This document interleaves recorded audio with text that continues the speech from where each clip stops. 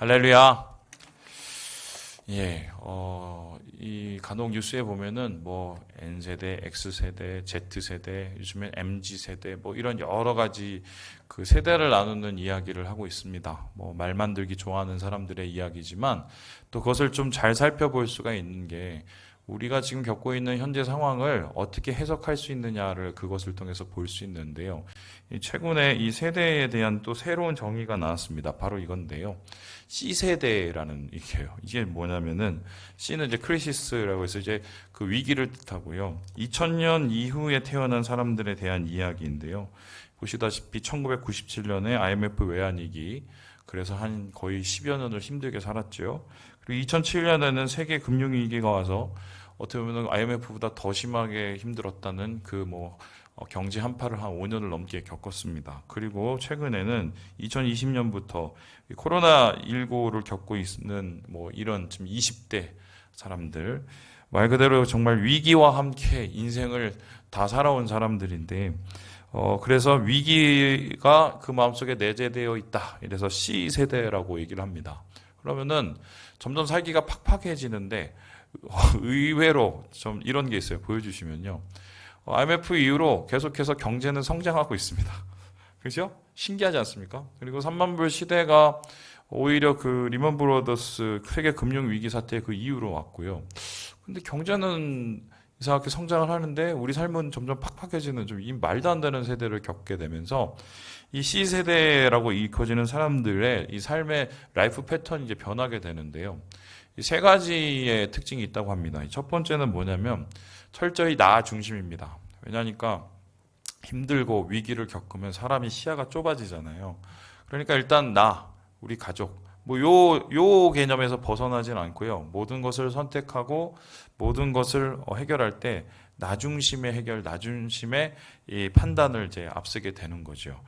그리고 두 번째로 이 C세대들의 특징이 뭐냐면 굉장히 현실 안정주의라는 거예요. 그래서 어떤 것을 따지기 전에 이것이 비전이 있냐, 이것이 미래가 있냐, 또한 이것이 앞으로 뭔가 잘 될 거냐, 이거보다는 당장 이것을 했었을 때 어떻게 내가 안정적이 될 것이냐, 여기에 귀를 기울이게 돼 있어요. 그래서 대부분 이제 보수적인 입장을 트죠. 그러니까 정치적으로 보수가 아니라 진짜 말 그대로 안정을 추구하는 보수적인 성향을 갖게 되는데요.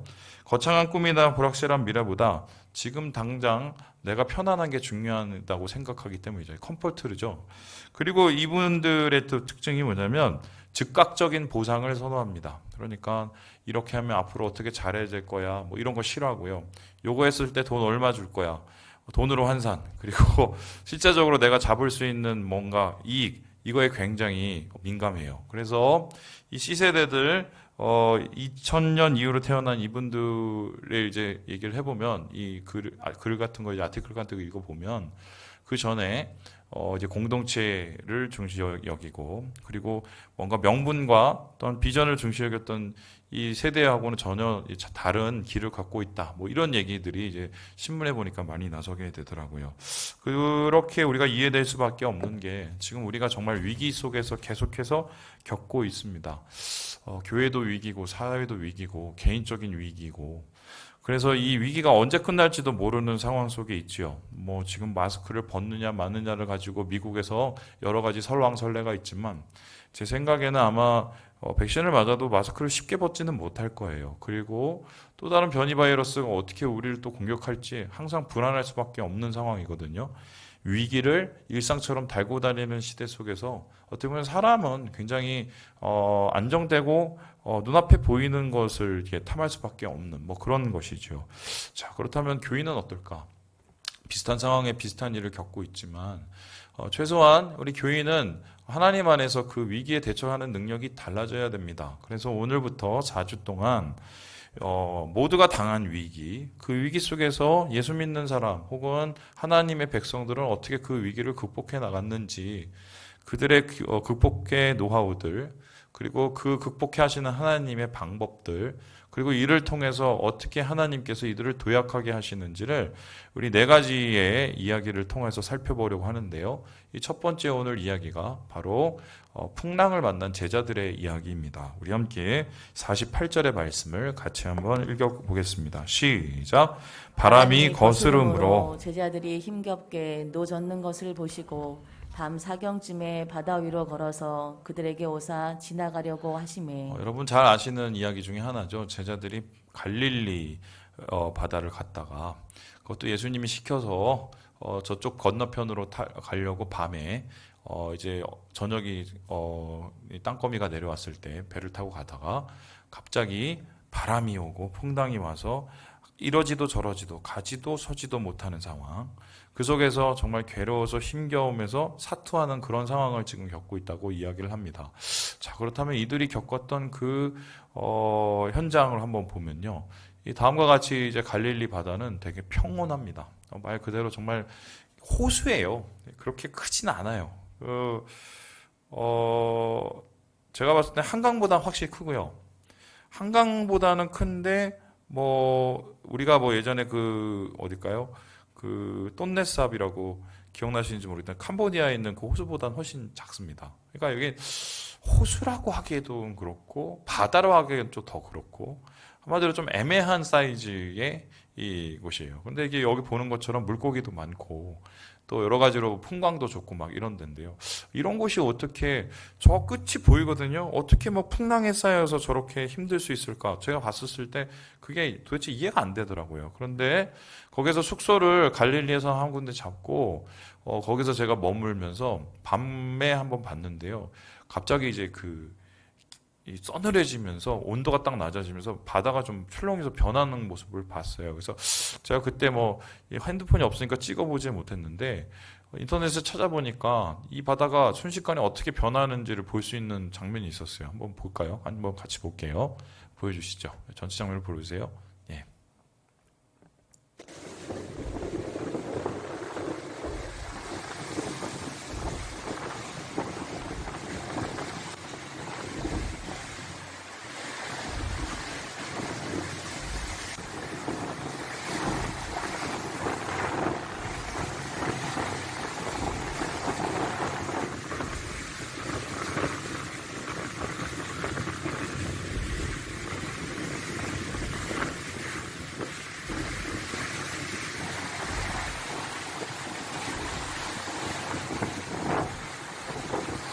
이해가 되시죠? 아까 그 바다예요. 그 바다인데 순식간에 갑자기 일기가 어두워지고 그러면서 소위 말해서 그냥 풍랑이 저렇게 치기 시작하면 이건 방법이 도대체 없는 거죠. 배 타고 가다가 그것도 낮도 아니고 이건 지금 낮인데 밤이 다 왔단 말이에요. 그러면 안 보이잖아요. 지금처럼 무슨 가로등이 있는 것도 아니고. 그럼 앞과 뒤가 지금 분간이 안 되는 상황에서 저렇게 정말 말도 안 되는 바람이 거스러지게 역풍이 불고 또 이 파도가 일고 또 폭풍이 다가오기 시작하면 이 사람들의 마음이 굉장히 흔들릴 수밖에 없는 상황입니다. 이 상황 속에서 이 제자들의 상황을 우리가 아까 표현할 때 뭐냐면 힘겹게 노를 젓다고 얘기하고 있어요. 그런데 여기서 좀 주의 깊게 볼 단어가요. 바로 힘겹다는 단어인데요. 이 힘겹게라는 단어는 바사니조라는 단어입니다. 바사니조. 근데 이것이 우리에게는 힘겹다라고 이게 번역이 되지만 실제로 이 단어의 어원을 보면 좀 전혀 다른 뜻인데요. 고문하다, 고통하다 이런 뜻이에요. 그러니까 사람을 괴롭게 일부러 만든다는 건데 그럼 왜 괴롭게 만드냐? 그래서 이 고문과 고통의 목적을 좀 이렇게 의미를 가녀하면 이 바사니조라는 단어가 어떤 뜻이 되냐면 시험하다라는 뜻이 돼요. 그러니까 오늘 이 제자들이 힘겹게 노를 저었다. 이거는 고문을 당할 정도로 고통스러운 어려움을 당했다, 위기를 당했다고요. 그 위기가 어떻게 보면 분명히 시험이었다라고 합니다. 자, 그렇다면 시험이라는 것은 무엇입니까? 여기서 우리가 볼 수 있는 이 시험은요, 저는 생각하기에 뭐냐면 이렇게 생각하는데요. 익숙한 낭패가 아닐까. 이게 무슨 소리입니까? 갑자기 모르는 일을 당해도 우리가 두렵지만 너무 잘하는데 그것과 같은 비슷한 상황을 겪고 우리는 더 괴롭습니다. 왜요? 그런 어려움을 이미 겪어봤기 때문이죠. 예를 들어서 IMF 겪어봤죠. 세계 금융위기 겪어봤죠. 지금 코로나로 인해서 경제 한파를 겪고 있죠. 우리가 지금 더 힘든 게 뭐냐면 이미 겪었던 것들에 대한 이 상처들이 남아있기 때문에 이 소뚜껑 보고 더 놀라게 될 마련인데요.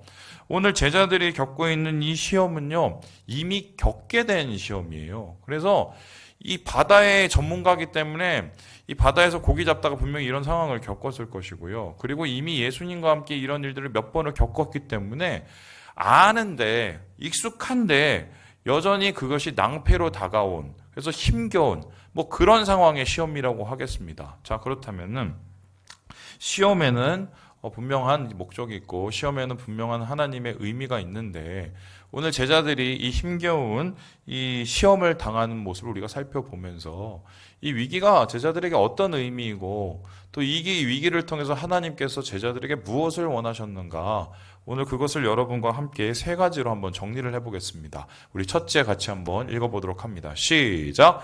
시험은 항상 낯설다. 첫 번째, 오늘 제자들의 힘겨운 시험을 바라보면요, 시험을 겪을 때 항상 낯설게 겪을 수밖에 없는 익숙한 낭패, 하지만 매우 두려운 낭패를 겪고 있는 제자들의 모습을 보게 됩니다.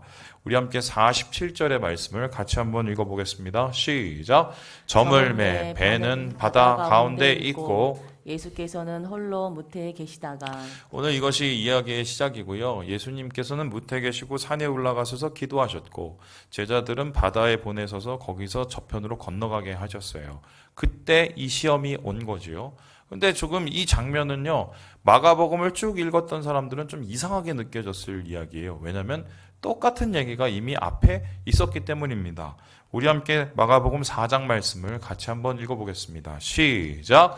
그날 저물 때에 제자들에게 이르시되 우리가 저편으로 건너가자 하시니. 지금 이 4장 35절에 보면 똑같은 상황이에요. 예수님은 가시고 예수님 함께 계시고 저편으로 가자. 배를 탔어요. 풍랑이 일었어요. 그리고 막 물이 들어왔어요. 죽으려고 해요. 그리고 소위 말해서 정말 죽기 살기로 거기를 벗어나려고 치는, 거의 똑같은. 다른 것은 뭐냐면은 앞서서 당한 시험에는 예수님이 계셨고 함께, 근데 주무셨죠. 뒤서서 지금 당하는 개념은 예수님이 지금 무태 계신다는 그 차이만 있지, 사실 이 갈릴리에서 당하는 어려움과 풍랑이 거의 비슷한 환경 속에 있기 때문입니다. 그렇다면 이미 겪었어요. 그러면 이것을 어떻게 그들이 겪어냈습니까? 이 시험의 끝에 어떤 일이 일어났었냐면 예수님께서 이 시험을 잔잔케 하시는 것을, 이 풍랑을 잔잔케 하시는 것을 겪었어요. 놀랐죠. 아, 예수님이 계시니까 잔잔해지는구나. 예수님이 함께 하시면 이런 일들도 우리가 극복할 수 있구나. 이걸 이미 그 사람들이 경험하고 학습을 했는데, 비슷한 상황이 왔는데 여전히 이들은 어떻습니까? 똑같이 그러한 상황에 낯설게 대하고 있는 거죠. 그래서 이들의 이 끝을 다음과 같이 이야기를 하고 있는데요. 우리 함께 51절의 말씀을 같이 한번 읽어보겠습니다. 시작. 배에 올라 그들에게 가시니 바람이 그치는지라. 제자들이 마음에 심히 놀라니. 심히 놀랐다고 합니다. 똑같은 일을 비슷하게 당해도 심히 놀랐다. 그래서요, 여러분, 이런 얘기는 우리가 항상 하는 얘기야. 목사님 정말 지금 너무 힘들어요. 지금 너무 힘들어요. 근데 그 소리를 사실 저번에도 하셨거든요. 그때도 힘들었어요. 그때도 어려웠어요. 항상 시험은 지금 내가 당하고 있는 시험이 제일 어렵기 마련이에요. 왜냐하면 우리가 이 시험에 대해서 준비가 되어 있지 않기 때문인데요. 시험을 하나님께서 주실 때는 그 시험을 준비할 힘도 주시지만 그 시험을 통해서 우리의 마음을 보게 하시려는 것이 분명히 있거든요. 그래서 우리가 이 시험 앞에서 어떠한 마음으로 우리가 임해야 될지를 다시 한번 생각해 보게 하는 대목입니다. 제자들도요, 시험이 낯설었어요. 두 번째로 오늘 말씀 속에서 보는 이 제자들의 시험에 대한 모습은 무엇입니까? 우리 같이 한번 읽어보겠습니다. 시작. 시험은 목적이 있다. 시험이 낯설게 당하는데 하나님께서 이 낯선 시험을 왜 장난치듯이 제자들에게 다시 주셨을까? 이 시험을 통한 하나님의 목적을 이루시기 위함이라는 겁니다. 우리 함께 51절, 52절 말씀을 같이 한번 읽어보겠습니다. 시작. 제자들이 마음에 심히 놀라니 이는 그들이 그 떡 떼시던 일을 깨닫지 못하고 도리어 그 마음이 둔하여졌음이러라. 시험을 통해서 우리가 알게 하기 원하는 예수님의 두 가지가 있어요. 이 첫 번째는 뭐냐면 우리가 어떤 상태인지 알게 합니다. 그래서 우리가 시험을 당하고 풍랑을 당했을 때 앞도 가지 못하고 뒤도 가지 못했을 때 어떻게 해요? 지금 내 마음이 어떤 상태인지 보게 해주세요. 특별히 이 제자들의 마음은 둔해진 상황이에요. 심지어 예수님께서 오병이어를 통하여서 5천 명 이상의 사람들을 먹이는 것을 봤어요. 그리고 이미 이 풍랑 속에서 제자들을 지키는 것을 경험했음에도 불구하고 그들은 놀랐습니다. 낯설었습니다. 그 이유가 뭐냐면 마음이 둔해어졌기 때문입니다. 여기서 둔하다는 말은 어떤 뜻이냐면요. 딱딱하다는 말이에요. 딱딱하다. 그러면 우리 한번 생각을 해봅시다. 우리 모든 사람들이 생각할 때 있습니다. 아이고, 내가 주의 은혜를 매일 경험하고 뭔가 내 옛날에 어떤 역사를 내가 경험했고 내가 어떤 기도를 했고 어떤 응답을 받았고 우리는 보통 그렇게 생각을 하게 되면 야, 저분은 굉장히 믿음이 좋은 사람, 저분은 굉장히 강한 사람 이렇게 생각할 수 있는데 지금 제자들만큼 이렇게 예수님의 기적과 이적을 많이 겪은 사람들이 있나요? 없죠. 그럼에도 불구하고 이들은 그 잠깐 후에도 마음이 둔하여졌다는 거예요. 이 소리는 어떤 것을 의미합니까? 우리가 마음을 근신하고 우리가 마음을 준비하고 우리가 마음을 다스리지 못하면은 항상 우리에게 어떤 시험이 다가올 때 그것이 더 큰 폭풍처럼 다가올 수 있는 것이요. 그래서 마음은 항상 우리가 준비되어야 되고 이 마음을 통하여서 하나님의 뜻을 항상 구하지 않으면 넘어질 수밖에 없는 존재라는 것을 오늘 이들에게 깨닫게 하는 거죠. 그래서 정말 우리가 겸손해야 되는 이유가 뭐냐면 우리가 그렇게 연약한 존재이기 때문에 그래요. 이 세상에 강한 믿음의 사람은 제가 볼 때는 없어요. 심지어 우리가 알고 있는 기다선 같은 목사님들도 한때 막 하늘의 이치를 알고 또 하나님의 그 강력한 메시지를 전했던 그분들조차도 순식간에 무너지는 걸 우리가 보지 않았습니까? 왜냐하면 마음관리를 제대로 하지 못하기 때문인데요. 그래서 하나님께서는 이 제자들에게 이 시험을 통해서 마음을 보게 하시는 거예요. 그 마음을 보아서 우리의 마음을 고치시기 하기 위해서 이 시험을 주신다는 겁니다. 그렇다면 두 번째로 이 시험을 통해서 주님이 알게 하시는 것은 무엇일까요? 주님은요, 이 시험 끝에 우리에게 예수님이 누군가를 알게 해주세요. 우리 함께 49절의 말씀을 같이 한번 읽어보겠습니다. 시작. 제자들이 그가 바다 위로 걸어오심을 보고 유령인가 하여 소리지르니 그들이 다 예수를 보고 놀람이라.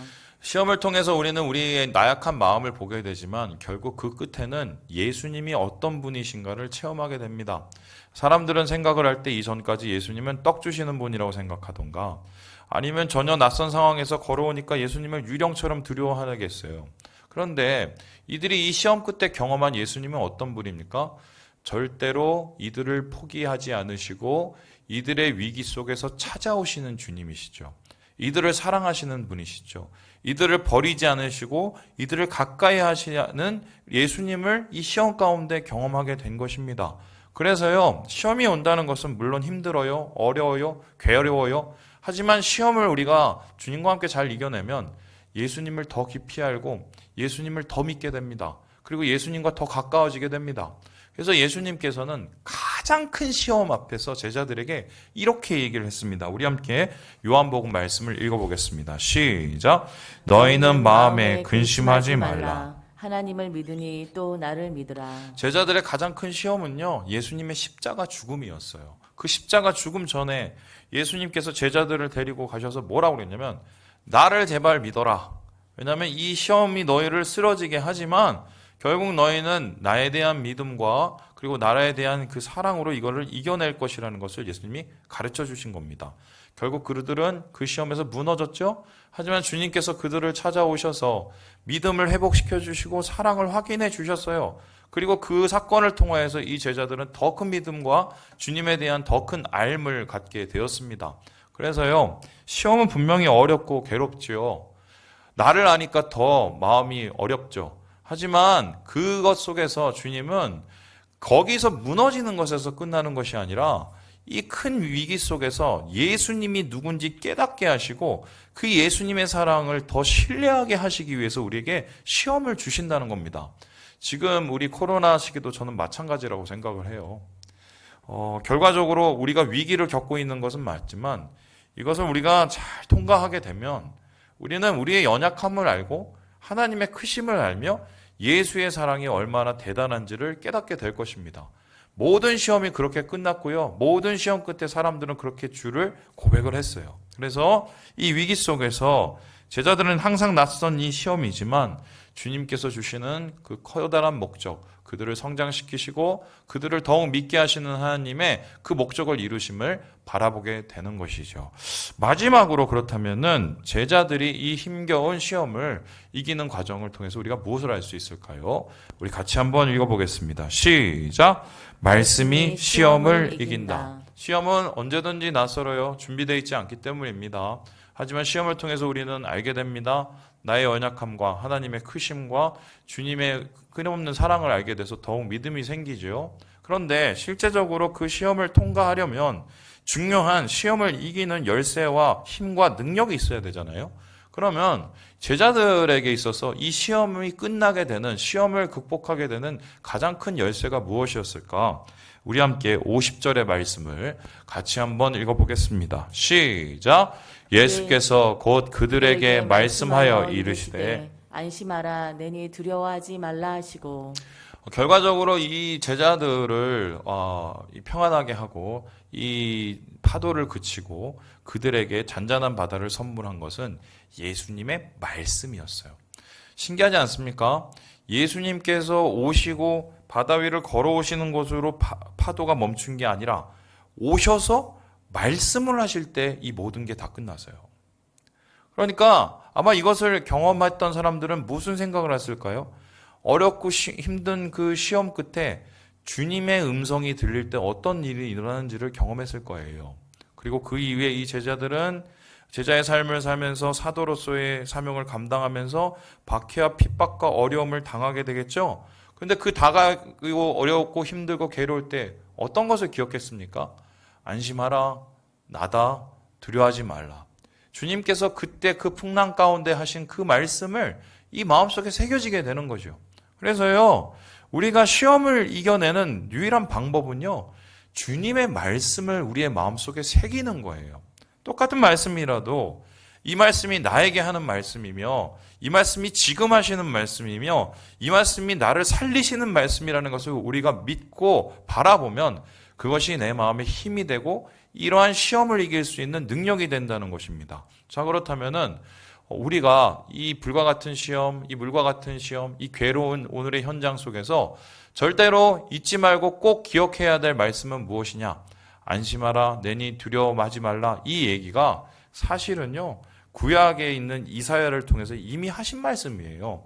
우리 함께 이사야서 43장 말씀을 같이 한번 읽어보겠습니다. 시작! 내가 물 가운데로 지날 때에 내가 너와 함께 할 것이라. 강을 건널 때에 물이 너를 침몰하지 못할 것이며 내가 불 가운데로 지날 때에 타지도 아니할 것이요 불꽃이 너를 사르지도 못하리니. 예, 주님께서 우리에게 어떻게 시험을 이기시는지 그 방법을 약속하신 것입니다. 우리 다시 한번 읽어볼까요? 좀 나에게 말하는 그 이야기로 한번 우리가 생각을 해보면서 읽어보겠어요. 시작! 내가 물 가운데로 지날 때에 내가 너와 함께 할 것이라. 강을 건널 때에 물이 너를 침몰하지 못할 것이며 내가 불 가운데로 지날 때에 타지도 아니할 것이요 불꽃이 너를 사르지도 못하리니. 여러분, 이 말씀을 그냥 한번 읽으면은 그냥 지나쳐버리는 남의 얘기가 되지만 이러한 주님의 말씀, 이러한 우리를 향한 하나님의 확신과 사랑의 말씀을 우리가 계속해서 묵상을 하고 계속해서 내 마음에 새기고 그것이 나의 말씀인 것처럼 계속해서 적용하기 시작하면은 그것은 하나님이 직접적으로 오늘 나의 삶 속에서 역사하시는 하나님의 능력의 말씀이 됩니다. 단적인 예가 있어요. 여러분, 이사야서의 이 얘기를 듣고 이것을 그대로 적용한 사람이 있습니다. 누굽니까? 바로 다니엘이라는 사람이고 다니엘의 친구들이죠.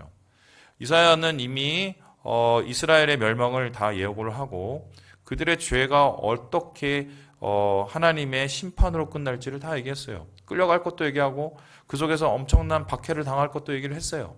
그렇지만 주님께서는 약속하셨어요. 물 가운데 지날 때도 내가 너와 함께한다. 강을 건널 때도 침몰하지 못한다. 불 가운데도 지날 때도 타지 않는다. 불꽃이 너를 타르지도 못한다. 여러분, 아마 이 다니엘과 그의 친구들은 이 말씀을 분명히 기억했을 거예요. 그 70년의 삶에 남의 집살이를 하면서 괴로움과 또 역경을 겪었을 때 가장 인생의 그 힘든 그 시기, 시험이 그들을 시험하고 시험이 그들의 마음을 무너뜨릴 만한 그때에 이 말씀을 기억하지 않았겠어요? 물 가운데 지날 때도 우리와 함께 하시는 하나님, 내가 절대로 침몰하지 않을 것이고 불 가운데 지날 때도 나와 함께 하시는 하나님, 나를 타게도 하지 않으시는 하나님, 그 하나님을 이들은 믿었고요. 그리고 그 어려운 이 느부갓네살 혹은 수많은 이 바벨론의 나쁜 왕들의 이 괴로움을 그들은 이겨냈어요. 여러분, 믿음이란 바로 이런 것입니다. 간혹 가다가 이 신비적인 체험에 목숨을 거시는 분들이 있어요. 어디에 가면은 뭐 영감 있고 필이 있다더라.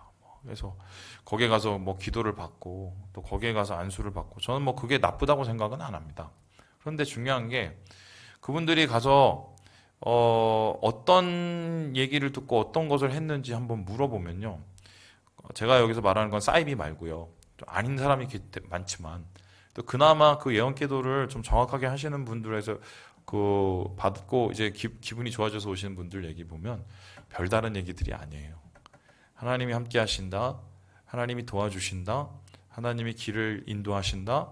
하나님이 너를 붙잡아 주신다. 이 얘기를 확인받는 거예요. 사실 여러분, 그것은 확인이 필요 없는 게요. 이게 다 있어요. 이게 사실 내가 못 믿을 뿐이에요. 이게 하나님께서 나에게 하신 말씀을 못 믿을 뿐이에요. 결과적으로 주님이 이미 얘기하신 걸 내가 지금 안 믿기 때문에 이 어려움을 우리가 더 흔들리는 거거든요. 그래서요, 시험과 환난 속에서 우리는 무엇을 봐야 되냐? 오늘부터 외우세요. 이사야에게 하신 이 말씀. 물 가운데 지날 때도 너와 함께한다. 강을 건널 때도 침몰하지 않는다. 불 가운데 지날 때도 타지도 않는다. 불꽃이 사르지도 않는다. 그리고 오늘 주님의 얘기. 안심하라. 나다. 두려워하지 말라. 오늘 주님께서는 이 위기 속에서 우리에게 이렇게 얘기를 하시면서 우리의 손을 붙잡고 있는 거지요. 그래서요, 다른 것 없어요. 이 위기는요, 적극적으로 하나님이 내게 행하신 말씀의 능력을 경험할 때입니다. 나는 부족하고 나는 연약하지만 하나님께서 나를 어떻게 붙잡고 계시고 이 가운데 역사하시는지, 그것을 경험하는 것이 바로 이 위기를 극복하는 방법이요, 위기가 우리에게 주는 유익을 얻는 것 아니겠습니까? 다윗의 이야기로 얘기를 마칠까요? 시편 23편 다윗의 고백을 한번 생각을 해봅시다. 어떻게 끝납니까? 내가 사망의 음침한 골짜기를 다닐지라도 해를 당하지 아니함은 주께서 아니한다고 했어요. 원수의 목전에서 내게 상을 베푸신다고 하셨어요. 지팡이와 막대기로 나를 지키신다고 말씀하셨어요. 여러분, 이 다윗의 고백 안에는 무엇입니까? 하나님 때문에 내가 시험을 당하지 않았습니다. 이게 아니에요. 시험의 길을 걸었으나 주님이 나를 지켰고 앞으로도 주님이 나를 지킬 것을 나는 믿습니다. 시험을 통해서 다윗의 믿음이 점점 커지고 성장하게 되는 것입니다. 말씀을 마칩니다. 우리는 지금 위기 속에 있습니다. 이 위기가 언제까지 될지는 잘 몰라요. 지금이야말로 묵상의 시기예요. 하나님의 음성은 귀를 열고 우리가 직접적으로 그 말씀의 능력을 경험할 때입니다. 답답해서 우리가 나다니고 잠깐 위로를 받는 것은 그냥 순간 마음속에 풀어주고 말아요. 그런데 제가 여러분께 좀 부탁드리는 것은 어려울 때일수록 암송을 하시고요, 반복해서 하나님 말씀을 좀 마음속에 새기세요. 자꾸 내 마음이 흔들릴 때마다 다시 읽으세요. 여러 말씀이 필요 없어요. 하나님이 내게 하시는 그 확신을 가지고 듣는 그 말씀이 중요하거든요. 주님 안에서 이 제자들이 안심하라, 내니 두려워하지 말라로 이 위기를 극복한 것처럼 우리 사랑하는 우리 성도 여러분도 똑같은 은혜, 똑같은 사랑, 똑같은 하나님의 회복을 경험하시는 우리 모든 형제 자매들 되시길 주님의 이름으로 축원합니다. 기도하겠습니다.